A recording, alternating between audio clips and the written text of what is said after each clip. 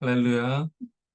8월 22일 화요일 새벽 예배 오신 모든 분들을 환영하고 축복합니다.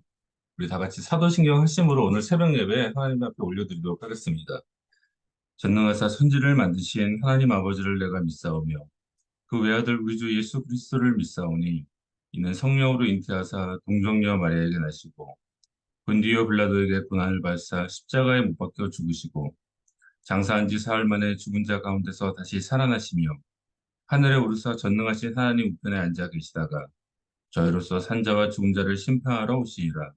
성령을 믿사오며 거룩한 공회와 성도가 서로 교통하는 것과 죄를 사하여 주시는 것과 몸이 다시 사는 것과 영원히 사는 것을 믿사옵나이다. 아멘. 예, 우리 같이 중보기도 하는 시간 갖도록 하겠습니다. 두 가지 기도 제목인데요. 첫 번째는 우리 남가주 헬로우십 교회를 위해서 남가주 헬로우십 교회가 하나님의 마음에 합한 모습으로 우리가 성장하고 변화되는 그런 모습들이 우리 가운데 있게 하여 주시옵소서라고 기도해 주시고요. 또 우리 또 사기 사역을 또 허락해 주신 우리 김성계 담임 목사님 위해서 계속적으로 영육간의 강건함과 하나님의 능력이 임할 수 있도록 또 영적인 분별력이 더 크게 임할 수 있도록 기도해 주시고 또 사역자들, 목회협력위원회, 교회 리더들을 위해 이 우리 교회 리더들이 정말 주님 주신 사명을 잘 감당할 수 있도록 또 그런 영적인 변화와 성장이 있을 수 있도록 우리 이 두 가지를 놓고 함께 같이 기도하도록 하겠습니다. 하나님 감사합니다. 하나님의 은혜와 사랑으로 지금까지 이 난가주 펠로십 교회 29년간의 에베네셀 하나님을 바라보며 오게 하시니 감사드립니다.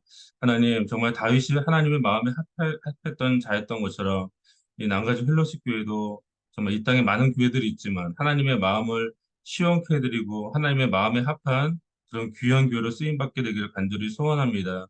그러기 위해서 우리 안에 많은 또한 변화와 성장이 있어야 될 줄 믿습니다. 하나님 인도해 주시고 우리는 무엇을 어떻게 해야 할지 잘 모르는 연약한 자들이오니 성령께서 우리를 진리 가운데로 인도하시며 우리의 교회의 정말 체질을 변화시켜 주시고 하나님의 합한 모습으로 변화 성장되어 나아갈 수 있도록 하나님 인도하시고 이끌어 주시옵소서. 십자가가 온전히 다시 한번 세워지게 도와주시고 그 복음의 능력으로 다시 한번 온전히 그 귀한 사명들 감당하는 우리 난가주 힐러시게 될 수 있도록 하나님 인도하여 주시옵소서. 특별히 세우신 우리 또 김성계 담임선생님이 기도합니다. 하나님 참 리더로서의 자리 쉽지 않고 어려운 자리이지만 하나님께서 함께 하시면 능히 또한 감당케 될 줄 믿사오니 능력에 능력을 힘을 더하여 주시고 지혜와 명철을 더하셔서 하나님 이 귀한 사역들을 잘 지혜롭게 분별하며 나갈 수 있도록 하나님 붙잡아 주시옵소서. 또한 세우신 교회 리더들이 있습니다. 목회협력위원회, 우리 또 장로님들, 집사님들 한 분 한 분 또 축복하시고 붙잡아 주셔서 하나님 주신 이 귀한 사명 정말 헛되게 소홀히 여기지 않게 도와주시고 그 사명을 다해 정말 사도 바울과 같은 마음으로 오직 주님을 위해 내 목숨까지도 아까워하지 않으려고 드릴 수 있는 그런 귀한 사명자의 마음들이 우리 또한 교회 리더들에게 있을 수 있도록 하나님 역사하여 주시옵소서. 이 새벽에 주님 말씀하여 주시고 주님의 음성을 듣게 하시고 또 오늘 하루 살아갈 능력과 하늘의 그 신령한 만나가 충만하게 우리 가운데 내려질 수 있도록 역사하여 주시옵소서. 감사드리며 예수님의 이름으로 기도하옵나이다. 아멘. 예, 오늘 우리 함께 나누실 말씀은요. 사도행전 25장 13절에서 27절까지 말씀입니다. 사도행전 25장 13절에서 27절까지 말씀입니다. 제가 읽도록 하겠습니다. 수일 후에 아그리빠 왕과 버니게가 베스도에게 문안하러 가이사라에 와서 여러 날을 있더니 베스도가 바울의 일로 왕에게 고하여 이르되 벨릭스가 한 사람을 구류하여 두었는데 내가 예루살렘에 있을 때 유대인의 제사장들과 장로들이 그를 고소하여 정죄하기를 청하기에 내가 대답하되 무릇 피고가 원고들 앞에서 고소 사건에 대하여 변명할 기회가 있기 전에 내주는 것은 로마 사람의 법이 아니라 하였노라. 그러므로 그들이 나와 함께 여기 오매 내가 지체하지 아니하고 이튿날 재판 자리에 앉아 명하여 그 사람을 데려왔으나 원고들이 서서 내가 짐작하던 것 같은 악행의 혐의는 하나도 제시하지 아니하고 오직 자기들의 종교와 또는 예수라 하는 이가 죽은 것을 살아있다고 바울이 주장하는 그 일에 관한 문제로 고발하는 것뿐이라. 내가 이 일에 대하여 어떻게 심리할지를 몰라서 바울에게 묻되 예루살렘에 올라가서 이 일에 신문을 받으려느냐 한즉 바울이 황제의 판결을 받도록 자기를 지켜주기를 호소하므로 내가 그를 가이사에게 보내기까지 지켜두라 명하였노라 하니 아그리빠가 베스도에게 이르되 나도 이 사람의 말을 듣고자 하노라. 베스도가 이르되 내일 들으시리이다 하더라.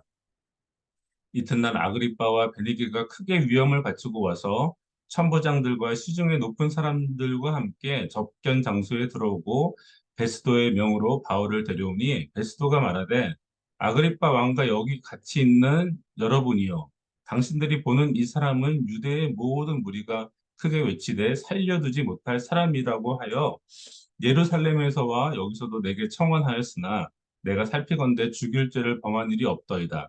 그러나 그가 황제에게 상소한 거로 보내기로 결정하였나이다. 그에 대하여 황제께 확실한 사실을 아뢰 것이 없으므로 신문한 후 상소할 자료가 있을까 하여 당신들 앞, 특히 아그리빠 왕 당신 앞에 그를 내세웠나이다. 그 제목도 밝히지 아니하고 죄서를 보내는 것이 무리한 일인 줄 아나이다 하였더라. 아멘. 예, 오늘 같이 나눌 말씀의 제목은 참된 복, 예, 참된 복이라는 제목으로 말씀 나누겠습니다.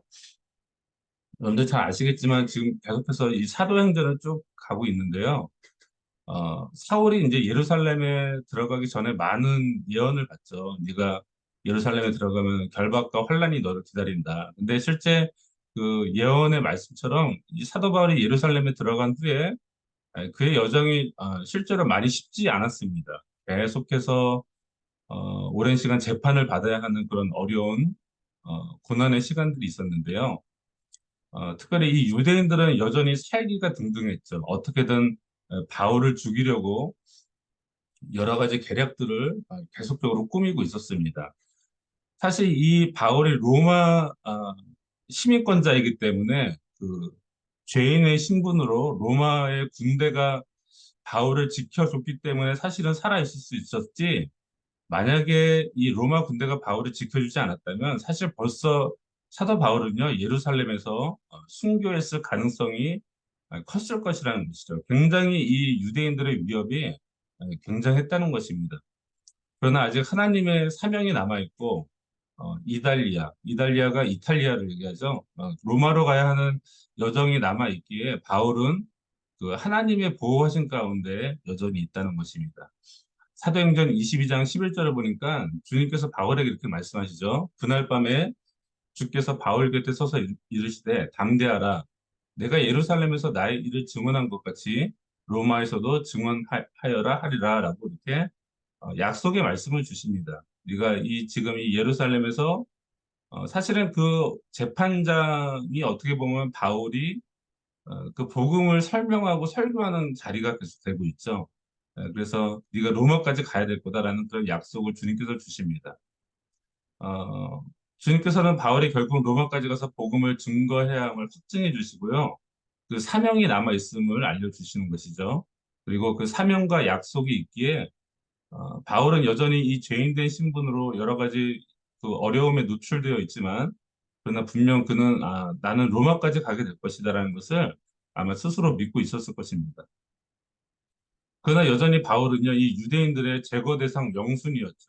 여전히 위협을 받고 있었습니다. 심지어 여러분들 잘 아시겠지만 유대인들은 당을 지어서 내가 바울을 죽이기 전에는 먹지도 않고 마시지도 않겠다고 맹세한 자가 40여 명에 이를 정도였습니다. 그리고 그들은 어떤 일을 꾸미냐면은 그 대제사장들과 장로들에게 부탁하여서 바울에게 좀 더 뭐 여러 가지를 신문하고 물어보려는 척하면서 예루살렘으로 다시 데려오라고 부탁을 하죠. 지금 이 사도 바울은 가이사르라는 곳에 있습니다. 근데 예루살렘으로 그렇게 데려오게 합니다. 왜냐하면은 어, 예루살렘으로 데려올 때 중간에 바울을 죽이려는 그런 치밀한 계획을 세웠기 때문이죠. 그런데 그 바울의 생질, 이 바울의 조카가 그 사실을 알게 되고 그 사실이 결국은 이 천부장에게까지 그 사실이 전해지게 됩니다. 그리고 천부장은 바울을 당장 뭔가 피신시켜야 할 필요성을 느끼고, 아, 아, 죄송합니다. 바울이 가이사랴에 있었던 것이 아니라 바울이 예루살렘에 있었는데, 그 바울을 피신시켜야 할 필요성을 느끼고 가이사랴에 있는 그 당시에 벨릭스 총독, 로마에서 파견한 이 벨릭스 총독에게 편지를 써서 바울을 피신시키죠. 바울이 총독 앞에서 재판을 받을 수 있도록 그날 밤에 바로 피신을 시킵니다. 그래서 바로 그날 밤에 바울의 구출 작전이 시작됩니다. 하나님께서 어떻게 역사하시냐면요. 그 천부장이 백부장 둘을 불러서 보병 200명, 뭐 지금은 말하면 그냥 일반 전투병이죠. 전투병 200명, 기병 70명, 말타는 병사 70명, 그리고 창병 200명, 긴 창을 가진 그 병사들 200명, 총 470명의 로마 군대를 소집해서 바울 한 명을 위해서 바울이 예루살렘에서 가이사랴까지 안전하게 갈 수 있도록 그런 특별 호송 그 작전을 그날 밤에 펼치게 됩니다. 그래서 이 안전하게 사도 바울은 그 총독 벨리스에게 보내지게 되죠. 예, 하나님의 일하심은 이렇습니다. 유대인들의 계략을 닥쳤던 게가 지붕 쳐다보듯 하게 허무하게 무너뜨리고 마는 것을 보게 되는 것이죠. 왜 그럴까요? 예, 하나님의 사명이 남아있고 하나님의 약속이 남아있기 때문이라는 것입니다. 그래서 이 가이사랴에 있던 총독 벨리스는요, 사실 성경을 보면 복음에 대한 이해가 충분히 있었던 자라고 말하고 있습니다.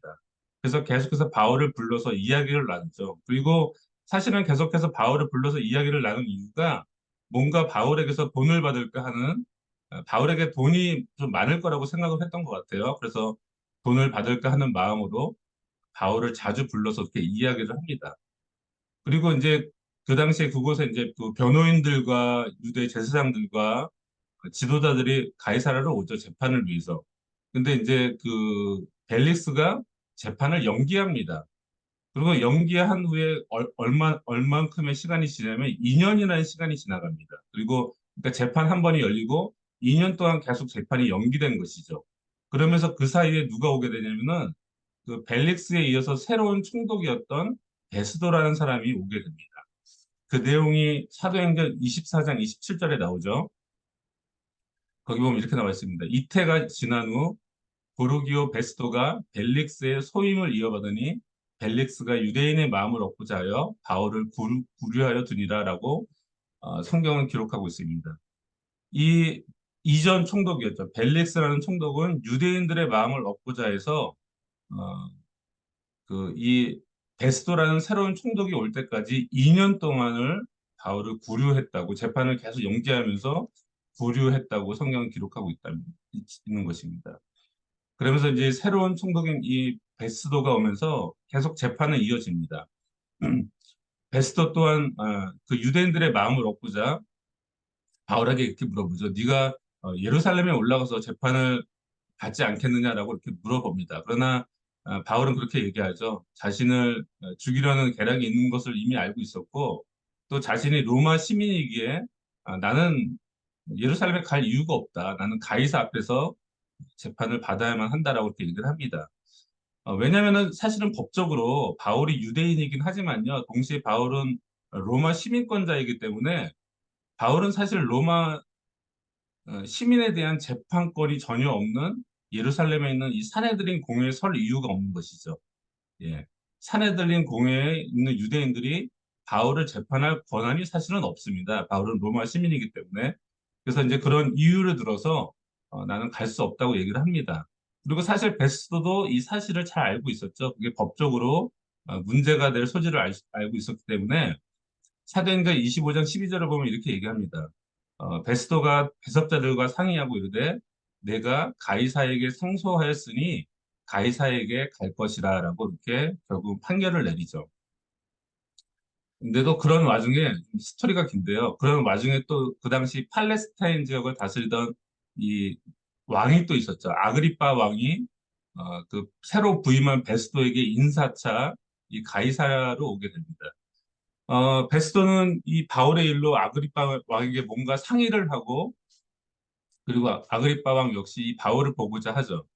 그래서 오늘 본문에서 지금 이 아그리파 왕과 베스도는 이 바울을 만나게 되는 그 장면이 나오게 되는 것입니다. 수많은 유대인들과 이방인들에게 복음을 증거했던 바울은요, 이제는 왕들과 권세자들 앞에서도 복음을 증거할 기회가 생긴 것이죠. 이처럼 하나님의 복음에는요, 차별이 없고 높은 자나 낮은 자나 부한 자나 가난한 자 모두에게 평등하게 증거될 기회가 주어지는 것을 우리가 보게 된다는 것입니다. 그러나 결론적으로 말하면 사실 이 바울의 복음을요, 그 당시의 왕들, 뭐 벨릭스나 베스도나 아그리파 왕 2세죠. 아그리파 왕 2세인데 이들 권세자들이 쉽게 받아들이지 않습니다. 왜냐하면요, 여러분들 사실 그들은 이미 그 시대의 기득권자들이죠. 충분한 권력과 부를 이미 충분히 누리고 있는 자들이기 때문에 사실 그 당시의 기득권자들이 이 땅에서 이미 충분한 권력과 부와 명예를 누리는 자들이 명예를 누리는 자들에게 이 복음이라는 것 자체가 그렇게 사실은 흥미롭고 관심을 끌 만한 내용은 아닐 것이라는 것입니다. 그들은 하늘나라, 하나님의 나라보다 뭔가 이 땅에서 얼마나 더 내가 올해 권력을 누리고 부귀를 누릴지에만 사실은 그들의 관심이 더 있죠. 뭐 벨리스가 바울에게 돈을 요구했던 것을 보면 우리가 그것들을 알 수 있다는 것입니다. 어, 그리고 실제로 지금 이 아그리파 왕과 그의 누이였죠. 그 누이였던 버니게가 이 바울을 만날 때의 모습을 성경은 또 오늘 보면서 이렇게 말하고 있습니다. 오늘 본문에 사도행전 25장 23절을 보면요. 이튿날 아그리빠와 버니게가 크게 위험을 갖추고 와서 천부장들과 시중의 높은 사람들과 함께 접견 장소에 들어오고 베스도의 명으로 바울을 데려오라 하니라고 말씀하고 있다는 것입니다. 그들은요, 사실 하나님의 나라, 복음에는 뭐 바울에게 뭔가 관심은 있었지만 하나님의 나라에 대해서는 크게 관심이 없었죠. 그들은 뭔가 자신들을 드러내려는 그런 일들에 더 큰 관심이 있었다는 것입니다. 그들이 크게 위험을 갖추고 뭔가 굉장히 치장을 많이 하고 뭐 영어 성경 보니까 그레이트 폼이라고 나와 있는데 뭔가 대단한 위험을 갖추고 나왔다고 성경은 말하고 있습니다. 그들이 얼마나 이 세상에 관심이 많은 자들인지 얼마나 남들에게 돋보이려고 하는지 알 수 있는 모습 그런 단편적인 모습이라는 것이죠. 그리고 이 바울의 이야기를 들은 이 아그리파 왕과 총독 베스도의 반응은요. 어, 우리가 예상했던 바처럼 이렇게 대답을 하죠. 베스도는 이렇게 얘기를 합니다. 베스도가 크게 소리를 지르죠. 소리를 내어서 바울아, 내가 미쳤도다. 내 많은 학문이 너를 미치게 한다라고 이렇게 말을 합니다. 이 바울의 말을 믿지 못하겠다는 것이죠. 예수님의 부활, 어, 그 부활 이후의 심판, 그런 내용들, 죽은 자가 살아나는 내용들, 그런 내용들을 믿지 못하겠다고 베스도는 말하고 있다는 것입니다. 그리고 아그리파 왕도 약간 애매한 여운을 띠면서 말을 하는데 이렇게 얘기를 하죠. 내가 적은 말로 나를 권하여 그리스도인이 되게 하려는도다라고 이렇게 대답을 합니다. 뭐 이것도 이제 뭐 학자들 간에 분분한 논쟁이 있는데 이것이 긍정적인 대접이냐 부정적인 대접이냐라는 뭐 여러 가지 이유가 있는데 사실은 뭐 이렇게 문맥상 봤을 때 그렇게 긍정적인 의미의 대답은 아닐 거라고 생각합니다. 그가 그리스도인으로 복음을 받아들인 그런 뭐 말이라고는 할 수 없겠죠. 내가 적은 말로 나를 권하여 그리스도인이 되게 하려는다. 결국 여러분들 이 복음이라는 것은 누구에게나 차별 없이 증거가 되지만 그 복음을 받아들이는 자들의 마음이 어떠한지에 따라서 사실은 그 결과는 너무나도 다르게 나타나는 것을 우리가 보게 된다는 것이죠. 그런데 유대인들을 보더라도 유대인들은 어떤 마음이 있습니까? 선민의식, 어떤 본인들이 특별하다는 생각이 있죠. 그리고 그런 마음에 뭔가 교만함이 있습니다. 그리고 이방인들에 대한 배타주의, 율법주의, 그런 뭔가 잘못된 사상이 그들을 잡고 있기 때문에 그들은 결국 어떻게 해요? 그 참된 복음을 바라보지 못하고 예수님을 십자가에 못 박을 뿐만 아니라 지금 예수님의 제자였던 사도였던 바울마저도 그렇게 죽이려고 안달이 나 있다는 것이죠. 그 당시에 권력자들은 어떻습니까? 권력자들도 똑같죠. 지금 우리가 봤던 뭐 그 이전 총독이었던 벨릭스나 지금 총독이었던 베스도 그리고 팔레스타인 왕이었던 아그리파 역시 뭔가 권력과 명예, 물질에 눈이 멀어서 이 참된 복음에 대한 내용들을 전혀 받아들이지 못하는 것을 우리가 보게 된다는 것입니다. 그리고 복음은요, 모두에게 열려있고 차별이 없지만 그들 스스로의 교만과 악함으로 인해 그들 스스로 구원의 길에서 멀어지는 것을 우리가 보게 된다는 것입니다. 그래서 여러분들 참된 복이라는 것은 이 겸손한 마음으로 우리가 복음을 받아들일 수 있는 이 마음이 사실은 너무나도 귀하고 소중하다는 것입니다. 여러분들이 이 새벽에 이렇게 사실 육체적으로 피곤하지만 이렇게 예배에 나와서 주의 말씀을 듣고자 하는 그 마음, 겸손한 마음, 교만함을 버리고 하나님을 받아들이는 하나님의 아들을 받아들이는 그 마음이 사실은 굉장히 귀하다는 것이죠. 다른 것이 복이 아니라 그것을 받아들일 수 있는 겸손한 마음.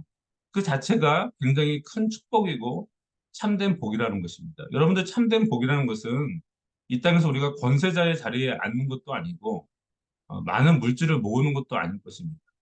뭐 그렇다고 우리가 뭐 하나님께서 권세자의 자리에 우리를 세우지 않는 것은 아니죠. 또 그들의 믿음을 보시고 때로는 높은 자리에 세우기도 하지만 사실 그것이 우리를 복되게 하는 참된 복이 아니라는 것이죠. 참된 복은 무엇입니까? 우리가 겸손한 마음으로 주님과 동행하는 것, 그 복음의 말씀을 받아들일 수 있는 그런 가난한 심령이 있는 자가 참된 복이라는 것이죠. 그래서 여러분들 마태복음 5장 3절에서 10절, 마태복음 5장 상상수훈이죠. 어, 거기 예수님이 이렇게 말씀하시죠. 그 참된 복에 대한 개념을 다시 재정립해 주십니다. 우리 가운데. 심령이 가난한 자는 복이 있나니 천국이 그들의 것이며 애통하는 자는 복이 있나니 그들이 위로를 받을 것이며 온유한 자는 복이 있나니 그들이 땅을 기업으로 받을 것이며 의에 줄이고 목마른 자는 복이 있나니 그들이 배부를 것이며 궁일이 여기는 자는 복이 있나니 그들이 궁일이 여김을 받을 것이며 마음이 청결한 자는 복이 있나니 그들이 하나님을 볼 것이며 화평하게 하는 자는 복이 있나니 그들이 하나님의 아들이라 일컬음을 받을 것이며 의를 위하여 박해를 받는 자는 복이 있나니 천국에 그들이 것입니다. 라고 말씀하고 있다는 것입니다. 여러분들 천국은요, 이런 자들의 것입니다. 세상의 화려함도 그 세상의 그 그레이트 폼, 위엄도 아니고 세상의 높임을 받는 것도 아니라는 것입니다. 참된 복은 예수 그리스도가 하나님의 아들이시며 그를 믿는 자마다 예수님과 같이 우리도 부활될 것이라는 것을 믿는 겸손하게 그것을 받아들인 자가 참된 복을 가진 자들이라는 것입니다. 여러분들 오늘 하루도요, 예수 그리스도 안에서 그 복을 다시 한번 여러분들이 깨닫고 누리시고 또한 확신하시고 그것에 대해서 감사할 줄 아는 그런 놀라운 은혜가 있게 되기를 원합니다. 우리가 세상의 것들, 세상에 썩어질 것들을 찾고 구하고 바라보는 자들이 아니라 우리가 오늘 하루도 겸손하게 나를 구원하신 그 하나님의 은혜를 우리가 다시 한번 기억하며 감사할 수 있는 또한 나를 구원하신 것에 대한 확신을 가질 수 있는 그런 놀라운 은혜가 이 새벽에 저와 여러분들 가운데 있게 되기를 간절히 소망합니다. 예, 같이 기도하도록 하겠습니다. 하나님, 참 이 사도행전을 보면서 그 당시에 많은 유대인들과 권세자들, 왕들이 얼마나 이 사도 바울의 복음을 배척하고 그들의 완악한 심령으로 말미암아 그들 스스로 복음에서 구원에서 멀어지는 것을 바라보게 됩니다. 하나님, 그러나 우리는 정말 하나님의 은혜로 이렇게 예수 그리스도를 믿을 수 있다는 것이 얼마나 큰 은혜인지, 그것이 얼마나 큰 복인지 다시 한번 깨닫게 하시니 감사드립니다. 하나님, 오늘도 우리가 겸손함으로 주님과 동행하기를 원합니다. 우리가 뭔가 세상에서 높아지고 세상에 썩어질 것을 찾으려는 그런 욕망이 있다면 그것을 내려놓게 하시고 결코 그것들은 우리를 살릴 수 있는 것이 아님을 깨닫게 하시고 참된 복이 무엇인지 오늘 하루 묵상하고 나를 구원하신 그 하나님의 은혜에 감사하고 하나님께 영광 올려드릴 수 있는 우리 모두가 될 수 있도록 하나님 은혜 베풀어 주시옵소서. 감사드리며 예수님의 이름으로 간절히 기도하옵나이다. 아멘. 예, 우리 다 같이 주기도문 하심으로 오늘 예배 마치겠습니다. 하늘에 계신 우리 아버지여, 이름이 거룩히 여김을 받으시오며, 나라가 임하시오니, 뜻이 하늘에서 이루어진 것 같이 땅에서도 이루어지이다. 오늘날 우리에게 일용할 양식을 주시옵고, 우리가 우리에게 죄 지은 자를 사하여 준 것 같이, 우리 죄를 사하여 주옵시고, 우리를 시험에 들게 하지 마옵시고, 다만 악에서 구하옵소서. 대개 나라와 권세와 영광이 아버지께 영원히 싸움나이다. 아멘. 할렐루야. 오늘도 승리하시고 복된 하루 되시기를 바랍니다. 감사합니다.